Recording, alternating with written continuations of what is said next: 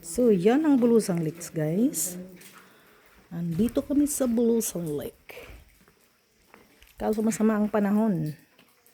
Naulan, naaraw. Parang si Maria, masakit ang ulo. Paiba-iba ang klima. Tignan nyo guys, umuusok. Para kang nasa Europe. Ang ano ng usok. Ito yung buong, ang buong ng Bulusang. Buo ng Bulusang Lake. Ayan ay volcano. ng Bulusang volcano natural. Yawo. Bulusang volcano yan. Papaligiran yan. May bayan mo dito ako pa. Ang bata sa So,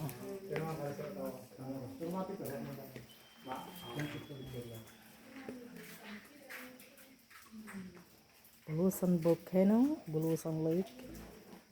Reserve BBNP yan ang mapa. Yep. Diba guys, ang ganda. Hindi naman kalayuan ito sa lugar namin. Sabahin natin mga kalahati. 30 minutes.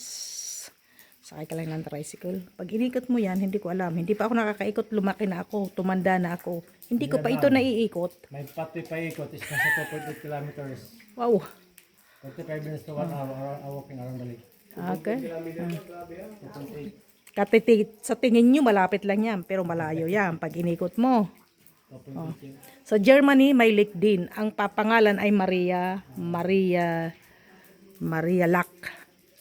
Irog sini. Ganito. Inabulusan lake ta is the siya sa taas ang bulod. Oo. Yan tumambulod sa Germany. Kaya may elevation ini 335 meters above sea level. Yeah. Pero ngayong gumagalaw. Ang sabi, baka lumabas. Yung natutulog magigising. Pero ilang years, oo. Volcan din yung katulad nito. May mga naliligo. Talaga. Kaso siya, dati daw sa river o sapa ang Bulusang Lake. History. Aha. Ang ano ko ang huna-huna ko lang. Sa akala ko bukid, volcan din ito nung panahon. River Kasi, sabi ng taga-Oxford yun. kasi nakita ko may mga laba dun. Sabaya kaya ako mag-research sa taga-Oxford University sa 2014. Ah. Nag-research sa sediment. Lake lang talaga. Kung paano Okay.